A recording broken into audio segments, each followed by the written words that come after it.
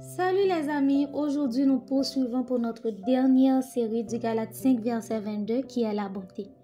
Nous allons donner 3 conseils indispensables qui permettront à la bonté de Dieu de rayonner en nous. Mais avant tout, il est important de savoir que Moïse souhaitait voir la gloire de Dieu. Dieu a alors fait passer sa bonté devant sa face.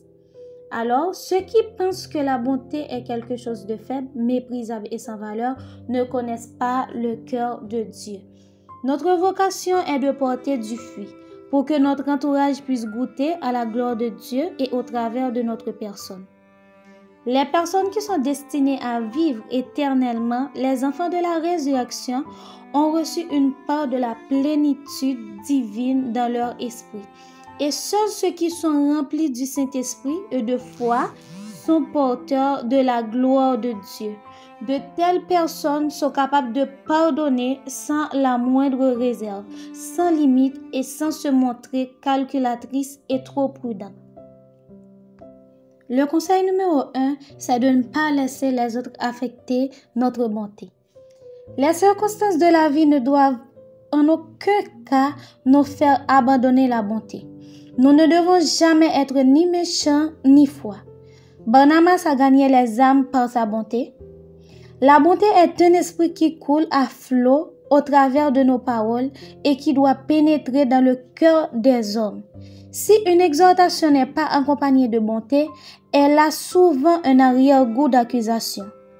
On a besoin de la miséricorde de Dieu, aussi bien pour donner que pour recevoir une exhortation, sinon on se lasse vite les uns des autres.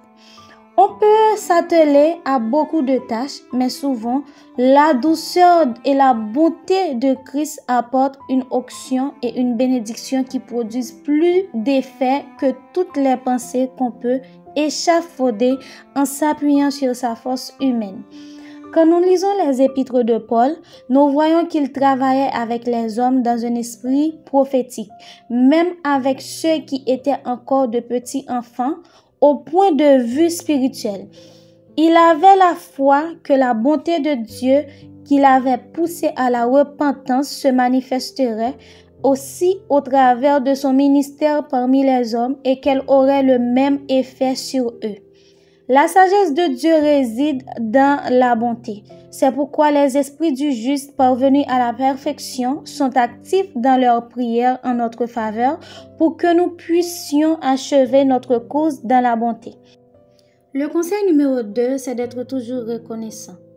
Quand on a un cœur qui déborde de reconnaissance, cela montre qu'on a une bonne communication les uns avec les autres. Si on n'est pas reconnaissant, on a vite fait d'être à l'étroit et on montre alors d'une manière ou d'une autre qu'on n'est pas tout à fait satisfait de son frère ou de sa sœur. On n'est pas non plus en mesure d'exhorter et d'encourager ceux qui courent à nos côtés.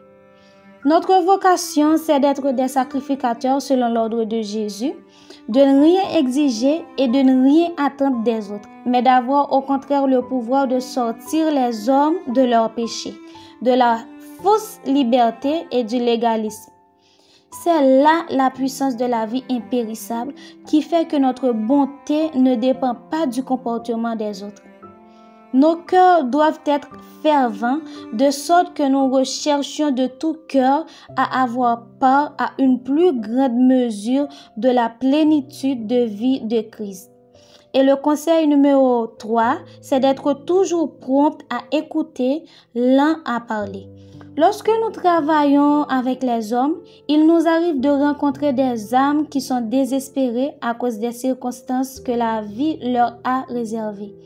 Il est alors très important qu'elles ressentent de la bonté dans notre esprit, que nous soyons capables de les écouter, de leur accorder du temps en toute douceur. Sinon, on a vite fait de s'en prendre aux paroles que ces personnes prononcent et il faut savoir que les paroles d'un désespéré sont aussi légères que le vent. Lequel d'entre vous est sage et intelligent? Demande Jacques. Qu'il montre ses œuvres par une bonne conduite avec la douceur de la sagesse. Selon Jacques 3, verset 13. La douceur est une bonté surprenante et inattendue de la part de quelqu'un qui a le pouvoir de manifester de l'autorité. Gardons-nous donc d'être prompts à intervenir dans les affaires des autres et à nous exprimer rapidement.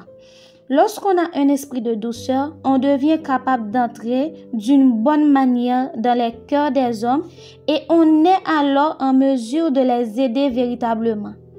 Il ne doit jamais y avoir de basse pression spirituelle dans notre esprit. Le soleil ne doit jamais se coucher dans notre royaume. Pour pouvoir réchauffer mon prochain, il faut que je sois proche de lui. Il y a un grand besoin de paroles de foi. Ces paroles renferment à la fois du jugement, de l'édification, de l'exhortation, des conseils et de la consolation. La bonté de Dieu n'a rien à voir avec la mollesse humaine. La bonté de Dieu nous rend fermes et inébranlables. Lorsque nous cherchons de tout cœur à servir Dieu et à être zélés pour son royaume, nous découvrons notre propre folie et cela engendre dans notre cœur le besoin d'avoir part à la bonté de Dieu.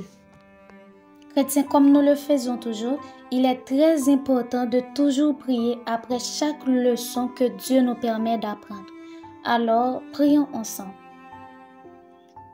Saint-Esprit, il n'y a aucun endroit où je puisse courir pour échapper à ta présence. Tu ne m'abandonnes pas car tu es trop gentil pour me laisser comme tu m'as trouvé. Tu me guides, tu me conseilles et tu me montres les chemins qui mènent à la vie. Aujourd'hui, rends-moi plus conscient de ta bonté afin que je puisse partager ta bonté avec les autres. Au nom de Jésus, Amen.